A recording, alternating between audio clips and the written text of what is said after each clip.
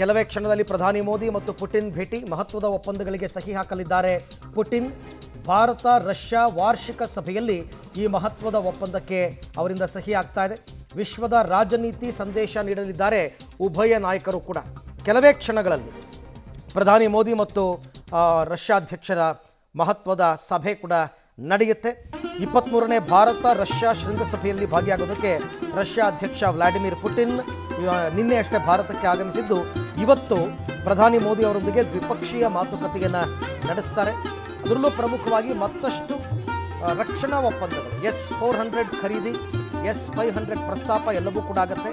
Operation ಸಿಂಧೂರದ ಸಂದರ್ಭದಲ್ಲಿ S-400 ಅಭೂತಪೂರ್ವ ಯಶಸ್ಸಿನಿಂದಾಗಿ ಇದೀಗ ಭಾರತ ಇನ್ನಷ್ಟು S-400 ಕ್ಷಿಪಣಿ ರಕ್ಷಣಾ ವ್ಯವಸ್ಥೆ ಖರೀದಿಗೆ ಈಗಾಗಲೇ ಭಾರತ ಕೂಡ ಆಸಕ್ತಿಯನ್ನು ತೋರಿಸಿದೆ. ಅದು ರಷ್ಯಾದಿಂದನೇ ಖರೀದಿ ಮಾಡ್ತಕ್ಕಂಥದ್ದು.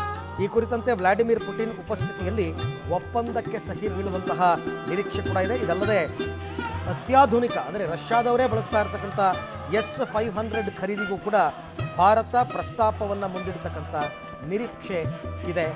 ಅದಕ್ಕೂ ಮುನ್ನ ಈ ಎಲ್ಲ ಕಾರ್ಯಕ್ರಮಗಳು ಕೂಡ ನಡೀತಾ ಇದೆ.